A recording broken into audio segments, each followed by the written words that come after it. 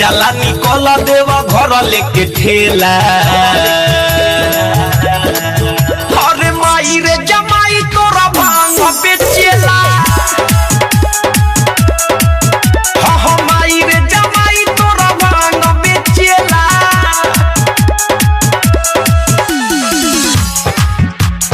माई रे जमाई तोरा भांग बेचेला। DJ Vikas Riga Sitamarhi presented by lovely film production. तोरा भांग बेचेला। घरवा में छोड़ी अपन लहई कालू गाई। देव घर में करे जाके भांग बेचाई। बड़ती कइले घरवा में छोड़ी अपन लहई कालू गाई। देव घर में करे जाके भांग बेचाई। भरोसा मनाऊ तो वही जे रहेला। अरे माई रे जमाई तोरा भांग बेचेला। हाँ माई रे जमाई तोरा भांग बेचेला। डीजे विकास रीगा सीतामढ़ी।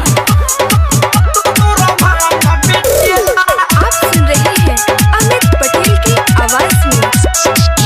तोरा भांग बेचेला। बेरी बेरी हमारा के कहरे परेशान रे। कोई हाली कोई लसा हमरा के दुकान रे। हमरा के दुकान है। बेरी बेरी हमारा के कहरे परेशान रे। कोई हाली कोई लसा हमरा के दुकान रे। लेवे ना पैसा उ फ्रीए में देला।